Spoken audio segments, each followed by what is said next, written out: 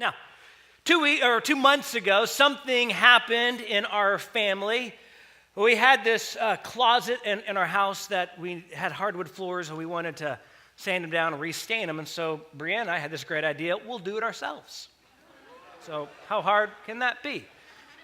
More difficult than you'd imagine. And so we go, you know what? We'll just rent a floor sander. We'd seen it done before, and we'll do it ourselves. So we went and rented a floor sander. And if you know what I'm talking about, it's this big old contraption. It spins on the bottom, and you sand it. So we rented it, brought it home, got the kids in bed. So it was late at night. I was working on another project somewhere else, and Brandon goes, hey, I'm going to go ahead and start sanding the floors. I was like, that's great, no problem. Don't judge me. That's her thing, all right? So she likes power tools. That's normal in our house. So she has her own toolkit. I'm not joking about that. So she goes, hey, I'm going to start sanding the floors. I was like, oh, that's fine. She comes in like 5 minutes later, and she goes, Chris, there is something matter with that thing. I can't control it. It's crazy. I was like, sweetie, you're so sweet. Like, it's not that. She goes, no, seriously, something is the matter with it. It's like, I'll be there. I'll handle it. So I walk in, and she goes, Chris, you need that. And I was like, don't worry about it. So I turned it on, and all of a sudden, this thing just starts going crazy. And I was like, it's possessed. So I turned it off and backed away, and I go, I wasn't prepared. I wasn't ready for it. I was like, let me go ahead and get ready. So I kind of squat down like this, and I grip onto this thing like this, and Brianna just starts backing away out of the room. She's like, ugh. And so I was like, I got it, babe, I got it. And she goes, Chris. And so I turn it on, and all of a sudden, this thing just starts going nuts, and it spins, and it catches an edge of that thing. And when it did, it shot back across my shin bone right there and gouges it. And I'm so glad none of you were there to hear what I said. Okay, and it shoots across the shin bone, and it wasn't done. It wasn't finished. It had a mind of its own. It goes across the closet and then slams into our closet door and puts a hole in it this big. And just falls down there. I'm bleeding, and Brianna just stands there and laughs. She goes, see, I told you so. And I was, oh my goodness. And we wound up taking it back. And just so you know, I'm not a weakling. All right? I don't want you to think that. There was like some bearing your weight off in this thing. So we got our money back. But I tell you that because that thing that we had, or we thought we had under control, something drastically was wrong with it. It was out of our control. And I think for many of us, things that were once in our control, something happened, whether it be our own initiative or an outside force, but something has changed. And that thing that was once in our control is now completely out of our control. So in 2017, you may have been crushing your job. You may have just been an all-star, and then all of a sudden at the end of the year, a big conglomerate buys it, takes it over, new core values, new structure, and all of a sudden your job that you were in control of is completely spinning out of control. Your marriage may have been just a rock star marriage, and all of a sudden something happened, and all of a sudden that thing which was in control is no longer in control. Your finances, you may have everything going great, and all of a sudden one bad investment here, a bad investment there, and all of a sudden your finances are spinning out of control. That thing which you go, I've got it, I know it, I'm familiar with it, something happens and all of a sudden it's out of your control. Or maybe you had your first 2 kids very, very easily. You want to get pregnant, boom. You want to get pregnant, boom. And all of a sudden it's been 2 years. 3 years, 4 years, and all of a sudden infertility is there and it's out of your control. So how in the world do you walk through life, a situation that you should know, you should be familiar with, that you should have under control? Like, I've got this. All of a sudden something happens and now you're scared, you're anxious, you're fearful, you're wondering what's going to happen. And then in our minds, and this is true about me, I don't know if it's true about you, but in my mind, when something is out of my control that was once in my control, I jump to a conclusion, and it's the absolute worst case scenario of how it could work out. Does that make sense? Like, if something is not going well, I just go, well, this is how it's going to end. Well, this is what's going to happen. And we just jump to this conclusion. It's the worst possible scenario. And we just go, well, this is where it's going to be. And so how in the world when you find yourself in a situation like that thing that at one point in your life you had under control, you're familiar with, and now all of a sudden it's completely out of your control and you don't know what's going to happen, so you assume the absolute worst. How in the world do you walk through something like that? And we're going to look at a story, And it's the story of the disciples with Jesus, and the disciples found themselves in what was a very familiar situation, in a familiar terrain location, in a familiar instrument that they would know how to use, but all of a sudden, those things that they should know, that they should have under control, that everything should be going well, all of a sudden, it was not going well, and they jumped to the worst case scenario possible. And Jesus asked them one very simple question. If you got a Bible, go ahead and grab it, and whether you open it or tap to it, go to Luke chapter 8. If you don't have one, it'll be up on the screens. In Luke chapter 8, we're going to start in verse 22, and it's a fascinating story that unfolds. Luke chapter 8, verse 22. It says, one day Jesus said to his disciples, let's cross to the other side of the lake.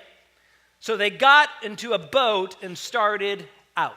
Now, the body of water that they would be crossing is the Sea of Galilee. Sea of Galilee. Now, if you've read the four accounts of the Gospels or any part of it, you've come across the Sea of Galilee. And if you've never been to the Sea of Galilee, it's hard to imagine, well, what is the Sea of Galilee? How big is this thing? And so I wanted to put it in perspective for you. So next time you read the Sea of Galilee, if you've never been there, you're going, what does that look like?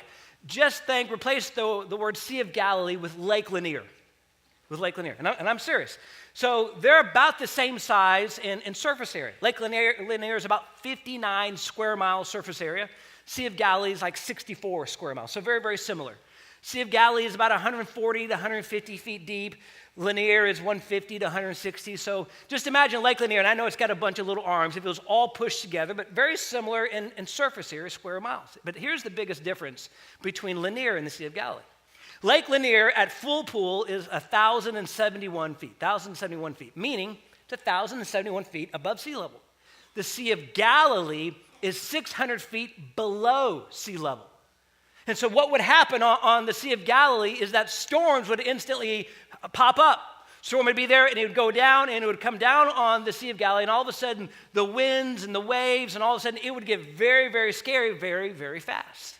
And this is what begins to unfold on their journey. Look at verse 23. It says, as they sailed across, Jesus settled down for a nap. Now, can we just stop there for a second?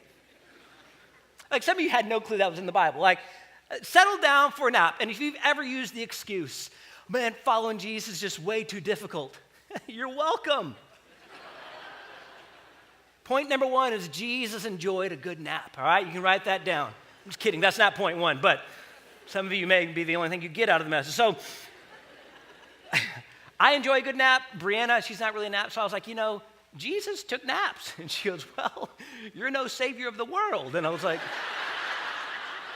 okay, all the more reason I need a nap. I mean, that's the reason why. Anyway, settle down for a nap. Fascinating. It says, but soon a fierce storm came down on the lake, and the boat was filling with water, and they were in real danger. Came down upon the lake on the Sea of Galilee, and they were in real danger. So if you remember Peter, James, and John, when Jesus called them, he called them out of the profession of being commercial fishermen.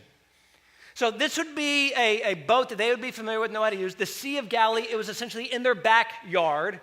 They were commercial fishermen, professional fishermen. This was familiar to them, but all of a sudden what they knew and what was in their control was now completely out of their control. Look at verse 24. It says, the disciples went and woke him up, shouting, Master, Master, we're going to drown. If you notice the disciples, they do what many of us do. They jump to the very worst case scenario. Hey, we're going to die. Like, this is it. We're going to drown. Not, hey, we have a situation here. Jesus, if you can help us out, we've got some wind on it. Just, hey, we're dead. We're it's good as gone. And Jesus wakes up, and look what happened. Second part of verse 24. When Jesus woke up, he rebuked the wind and the raging waves, and suddenly the storm stopped and all was calm. Waves crashing down, boats filling up with water, wind, it's loud, it's crazy. Jesus rebukes it, it calms down, and I just can imagine that change from loud chaos to calm, quiet. And then Jesus asked them this very simple question, verse 25. Then he asked them, where is your faith? It's loud, it's crazy. Don't you? We're going to die. We're going to drown. Jesus rebukes it, calms down. Where is your faith? And then the disciples, they acted like dudes would act when they survived something crazy. Look, and I'll show you. Look at the second part of verse 25. It says, the disciples were terrified and amazed. If you've ever been with some dudes, you nearly died, but you didn't, you're going, we nearly died. That was awesome. So awesome. I know, but we almost died. Yeah, but we didn't. Like it's the greatest story in the world. I mean, that's how guys bond, like near-death experiences, but you survive, all right? They were terrified, oh my goodness, and amazed. Wow, look at this. And they said, who is this man, they asked each other, when he gives a command, even the winds and the waves obey him. And they found themselves in this scenario. The boat, they should know. The Sea of Galilee, they should know. But all of a sudden, it was going from bad to worse very, very quickly. And the only thing that they can think is this is it.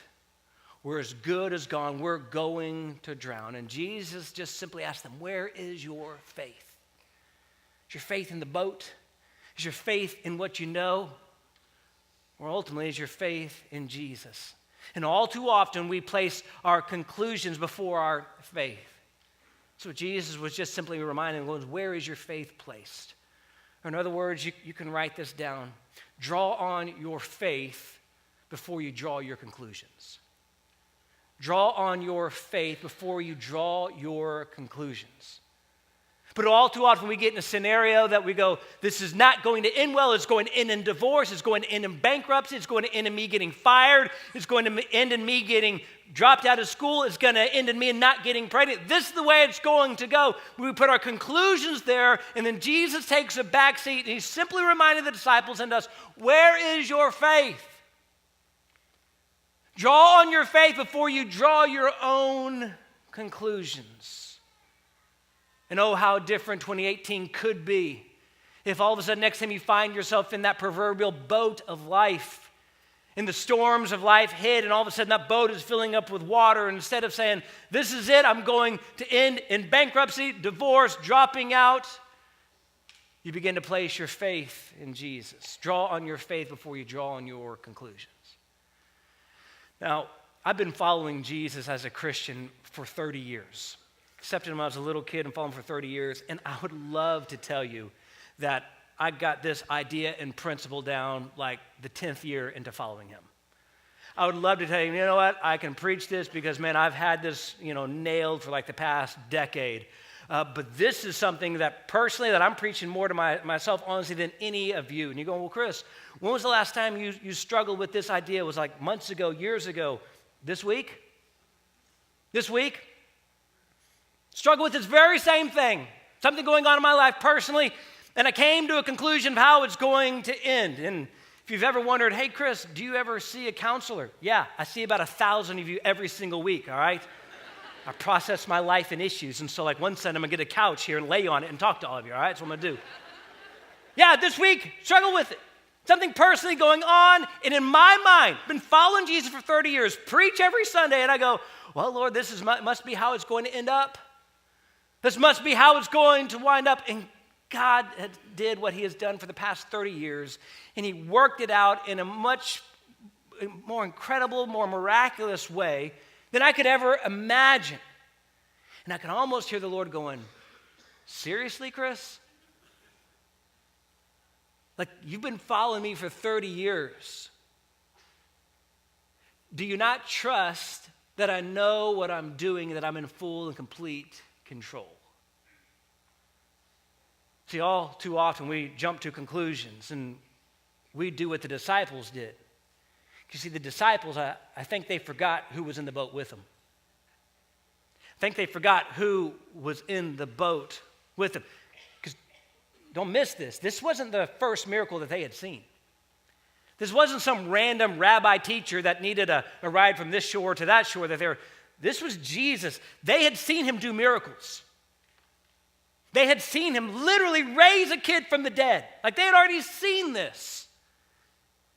And they're in this moment when the storms arise and they're waking up and going, we're going to drown. And I think all too often we forget who is in our life with us. We forget all the things that he has done. Chris, I've walked with you for the past 30 years. Don't you remember all these times? Yeah, Lord, but this time it's different. He goes, no. The only thing that's different is that you place your faith in what you can see or what you know, Chris, rather than who you know.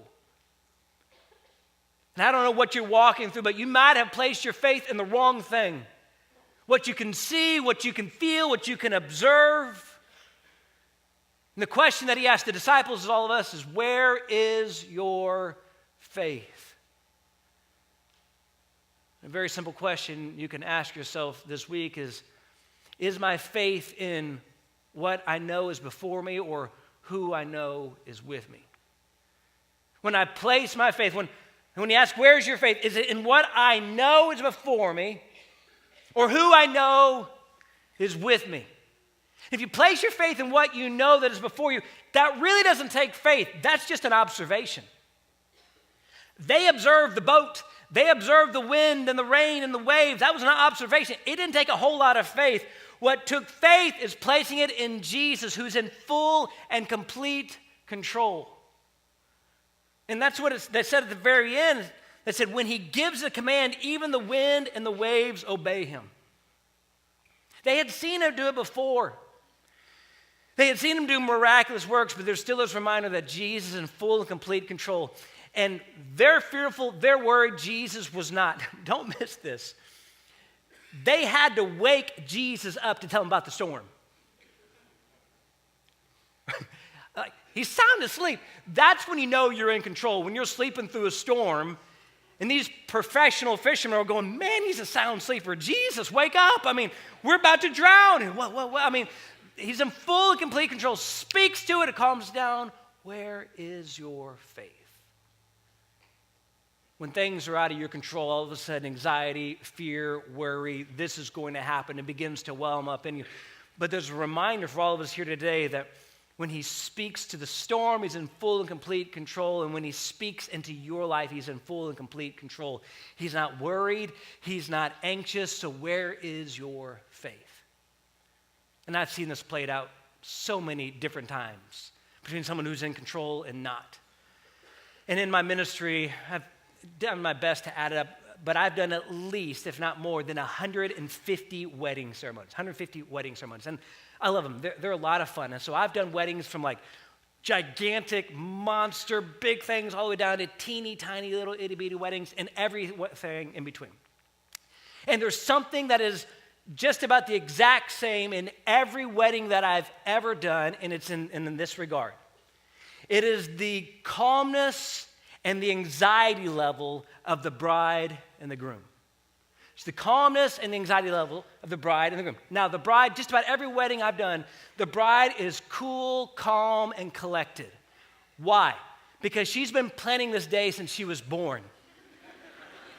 She popped out of the womb and logged on to Pinterest instantly. I was like, let's plan this thing, and started going. I mean, so the day arrives now, mother of the bride, father of the bride, that's a different story. But the bride herself, cool, calm, collected, and she's in control. And you know, hey, everything good? Oh, I'm good, we're good, okay, good. I even had one bride, I'm not kidding you. I go, hey, I got a question. And she hands me a piece of paper.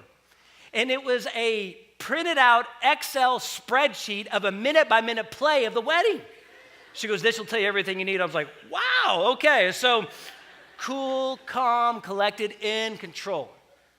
Now, the groom, on the other hand, it's a sweet guy, but has no clue what's going on. He bought a ring, and the next thing he knows, he wakes up there in a tuxedo. He's like, what happened? And now the groomsmen, they're laughing, having a good time, because they're not the ones saying I do, but the poor groom, he's trying to keep it together, but he doesn't. And so when grooms get nervous, they ask really dumb questions. Really dumb questions. So I've been back there checking the room. Hey, man, everything good? And he's nervous and everything. And so I've been asked these type of questions. I got asked one question. The groom comes to me and goes, he goes, "Are you nervous?" I'm like, "No, dude, I'm happily married. You're the one getting hitched." "Oh, yeah, okay." And then I've been asked this multiple times, walk back there, the groom goes, hey, what does she look like? I don't know. I mean, you've dated her for 2 years. Imagine that in a white dress. What does she look like? You know what she looks like. Don't ask those questions. And I have been asked this literally as we're about to walk in the ceremony and they're lined up and the groom, he goes, hey, goes, quick question. He goes, "How long is this going to take?" Like, it'll take till death do you part. I mean, what do you get placed out? Like, he has no clue. No, it's his fiance, it's his family, but he's not in control or in charge. And so all of a sudden, anxiety. And these things in life that you go, you know what, I was in control. Maybe it's your health, maybe it's your finance. Those things you're going, I've got it under control, and now I don't. You become like the disciples and go, well, this is how it's going to wind up. And so my hope and my prayer is that you begin to wrestle with that question, is my faith in what I know is before me or who I know is with me? And maybe a very simple prayer you can begin to work into your prayer life is that, Lord, it's out of my control, but I trust it's in yours. Lord, it's out of my control. We've been trying for years to get pregnant. I've lost my job. My kids have walked away from the faith. I've got all of these things that they were once, and Lord, it is out of my control. I'm completely helpless and scared to death, but Jesus, I'm trusting that it is in your control. The disciples, they could see the storms and the wind and the rain and the boat filling up with water. But they forgot who was in the boat. And maybe today it's just a reminder. You've been following Jesus for a very long time, but you've placed your faith in what you know and what you can see and what you can observe and what you can fix. Some of you are really good at fixing things. I fixed this and I fixed this and I've worked this out, but that situation you're going, I can't fix it. And I don't know how it's going to end. I think it's going to end. I don't think it's going to end well. And you've placed your faith in your knowledge and what you know. And maybe today it's a reminder to place your faith in who is in the boat with you. And when you walk through those scenarios that are completely out of your control, say, Lord, I don't get it and it's not in my control, but I trust it is in yours. I'll finish with this verse and a really awesome story I'll share with you. And the verse is Hebrews 11:1. And if you've grown up in church, you're certainly familiar with it, but it's a great definition of faith. It says, faith is the confidence that what we hope for will actually happen. It gives us assurance about the things we cannot see. And I love that last line. It gives us assurance about the things that we cannot see. See, it doesn't take faith to see things. That just takes observation. It takes faith to go beyond and have expectation things that you cannot see. You go, well, Chris, that doesn't really make sense. It doesn't fit into my logical A, B, C flow chart. No, that's the definition of faith. If it's in what you can see, it's observation. But you place your faith in Jesus because his perspective is way bigger and way more sovereign than yours and mine. So that's what faith is, not in the things that we can see, but in Jesus who's going to deliver us to the things that we cannot see. And so where is your faith placed? And maybe there's just a realization that you come to today that you're going, I'm not in control. I'm not in control. It's spinning out. I can't fix it. I can't change it. I've come to the end of my knowledge, of my experience, and I can't do anything about it. And you're going, I'm completely out of control. And at that moment, Jesus is going, great. Now will you trust me who is in control? Will you place your faith in me and let me walk you through this storm? We have an unbelievable ministry here at the church called Celebrate Recovery. And we started it this past fall, and it's a nationwide ministry. Started at an awesome church out of California. We had it at my church in Texas, and we started here this fall. And Celebrate Recovery is just an unbelievable atmosphere for people to work through. And their tagline is hurts, habits, and hang-ups.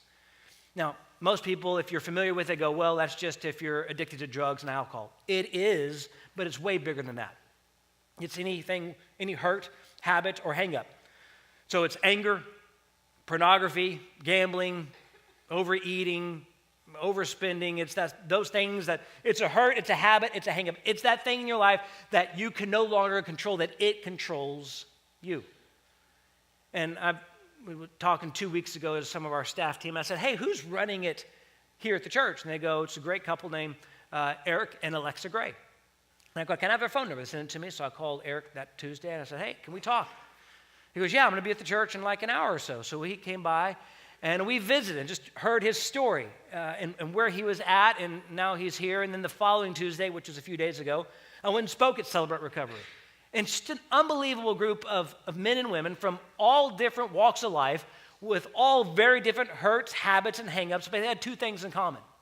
They knew that they needed Jesus, and they knew that they needed each other. And so they were there and just working through the process. And if you're familiar with the 12 steps, the very first line of the very first step in that process is this: we admitted we were powerless. We admitted we were powerless. It's the very first step to go and listen, this is out of my control. I can no longer change this. And so I sat down with Eric and heard his story, and it's an unbelievable story from where he was at to now being the leader of our Celebrate Recovery. Now, unbeknownst to him, after I visited with him, I went and talked to our media team. I go, hey, we need to capture his story and tell it. And so last Sunday, they saw him and began to film him, and he sat down, he and Alexa began to share their story. And so I just wanted it, first and foremost, I want this to be an encouragement to you, because you're going to hear where they're at brokenness-wise, and then all of a sudden how God began to restore them. And my hope and my prayer for you is that maybe it's an encouragement, or maybe it's to jog into your memory that you are powerless, and you need the help of a loving Savior with an unbelievable support of a group who's there with you. So we sat down and asked their story, and here's what they had to say.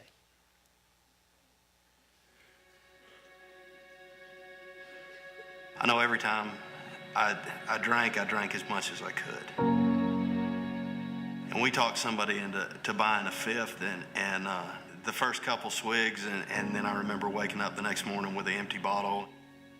Being a codependent with somebody that's an addict, you don't think that there's anything wrong with you, and you think you're the well person in the relationship. So basically, my sickness was I couldn't separate what was him and what was me. You know, sometimes I'd give up and quit drinking 4 or 5 times a week, but I'd always start back. I had always blamed a lot of my problems on other people. You know, come to find out the common denominator in all those things was me. I think we had more dysfunction than we even realized. I turned my life over to Christ. I just didn't know how to turn my will over. And that's where a 12-step program came in for me, is to building that true spiritual connection and the true relationship with Christ. Anything I put between me and Christ is a higher power. He's my highest power, but what have I put in between him? There's room for plenty of stuff to get in that way, and that, you know, those are my hurts, habits, and hang-ups. Right. One of the great things about CR is we have small group guidelines we read before every share session. So anonymity and confidentiality are basic requirements that we share before each share time at CR. So you know you're coming to a safe place. When you walk into a room and people just know the truths about themselves and they're willing to share it, you don't realize those things about yourself until you hear it from somebody else. As we move forward through 2018, I just hope to see CR continue to be a blessing to the church and to the members, and to see it be a safe place for people to come and be real about what's really going on. To feel surrounded by that warmth and that love and just have that deeper connection with other people. I want that so bad for people that are still out there. So there's no fear, no shame. If you aren't at a place yet where you're willing to identify your particular hurt, habit, and hang up, come as you are. What you're doing isn't working. What you've tried, you feel like you've tried everything. Just come try it.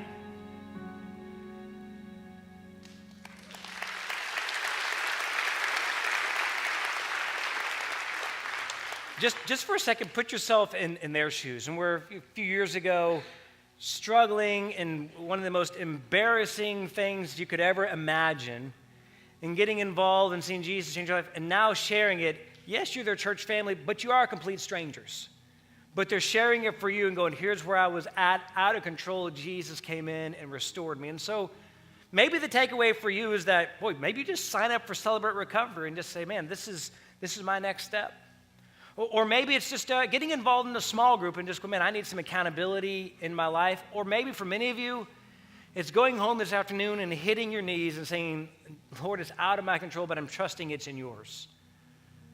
Whatever it is, the question is where is your faith? And if it's in any place other than Jesus, it's misplaced.